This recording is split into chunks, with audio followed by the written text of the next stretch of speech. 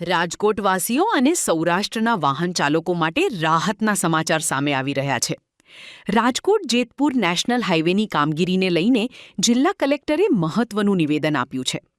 લાંબા સમયથી જે હાઇવેના કામની રાહ જોવાઈ રહી હતી, તે કામ હવે બુલેટ ગતિએ આગળ વધી રહ્યું છે.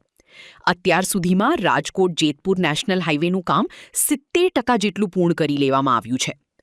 જિલ્લા કલેક્ટર ડોક્ટર ઓમ પ્રકાશે વિગતો આપતા જણાવ્યું છે કે છેલ્લા 6 થી 8 મહિનામાં આ પ્રોજેક્ટની કામગીરીમાં અભૂતપૂર્વ ઝડપ લાવવામાં આવી છે. નેશનલ હાઇવે ઓથોરિટી, પ્રોજેક્ટના કોન્ટ્રાક્ટર, માર્ગ અને મકાન વિભાગ એટલે કે R&B તેમજ જિલ્લા વહીવટી સાથે મળીને કામ કરી રહ્યા છે. વરસાદ શરૂ થાય તે પહેલા વધારાના 2 થી 3 બ્રિજ વાહન વ્યવહાર માટે ખુલ્લા મૂકવાના તંત્રના પ્રયાસો કરવામાં આવી રહ્યા છે. ચોમાસા દરમિયાન વાહન ચાલકોને કોઈ મુશ્કેલી ન પડે તે માટે કલેક્ટરે ખાસ ટાર્ગેટ સેટ કર્યો છે. ચોમાસું બેસે તે પહેલા જ બીજા 2 થી 3 વધારાના બ્રિજ તૈયાર થઈ જાય તેવા પૂરજોશમાં પ્રયાસો ચાલી રહ્યા છે.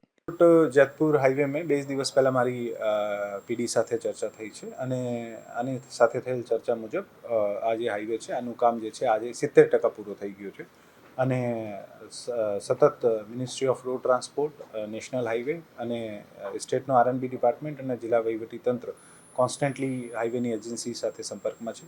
અમે પ્રયત્ન કરીએ છીએ કે મોન્સૂન પહેલાં વધારાના જે 2-3 બ્રિજ છે આ પણ ચાલુ થાય અને જે છે ટપામમાં ઝડપ આવે. છેલ્લા 6-8 મહિનામાં આ કામમાં ખૂબ સારી ઝડપ આવી છે અને આના કારણે જ હું કહી શકું કે લગભગ 32% વર્ક જે છે આ છેલ્લા 8-10 મહિનામાં થયું છે. જ્યારે મેં જોઈન કર્યું હતું ત્યારે આ 39% હતો, અત્યારે આપણે 70% સુધી પહોંચી ગયા. 36% હતો, ત્યારે 70% સુધી પહોંચી ગયા છે અને અમે પ્રયત્ન કરીએ છીએ કે મોન્સૂન પહેલાં જે 2-3 રિમેનિંગ બ્રિજ છે આ ચાલુ થઈ જાય, જેથી ઓછામાં ઓછા ડાયવર્ઝન હોય અને જે એક અમદાવાદ રાજકોટ સિટીથી નીકળતા જે 1-2 બ્રિજ છે આ આમ પણ હાઈરેજ બ્રિજ છે ને ત્યાં ટ્રાફિકનો એટલો પ્રશ્ન નથી.